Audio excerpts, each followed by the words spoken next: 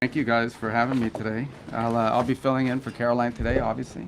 So I'll have a brief remarks here, and then we'll get to your questions.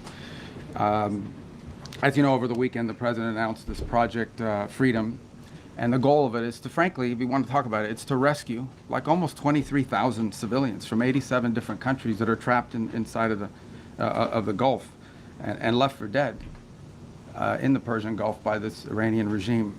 You know, for more than 2 months now, these innocent sailors and commercial crew members have been stranded out at sea because Iran is conducting something that's not just criminal. It's criminal for sure, but it's desperate and destructive, this blockade of the Straits of Hormuz.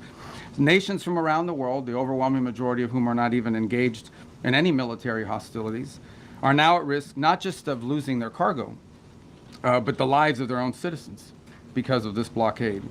These ships, you know, you don't leave a ship out there for this long. You start running out of food, you start running out of potable water, essential supplies, and they're at the mercy of this piracy.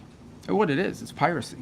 And not only that, but some of them have seen, you know, been open fire on and rained down senseless attacks on several civilian ships already. So frankly, the way to put it, these are innocent bystanders. These are countries that and ships and so forth that have nothing to do with any of this, and nonetheless are being caught in the middle of it and being held hostage merely because Iran could do that, just because of just as the regime brutally slaughtered tens of thousands of their own citizens for the crime of peaceful protest, because they're unhappy with the quality of life or the lack of quality of life in Iran today.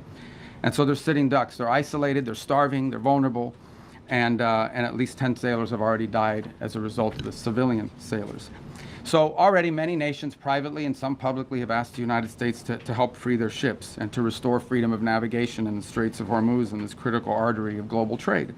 And so President Trump, as he always does, stepped up and answered the calls for their help. And he's directed the United States military to guide these stranded ships to safety, to provide a protective bubble under which they can operate and move product and get themselves out of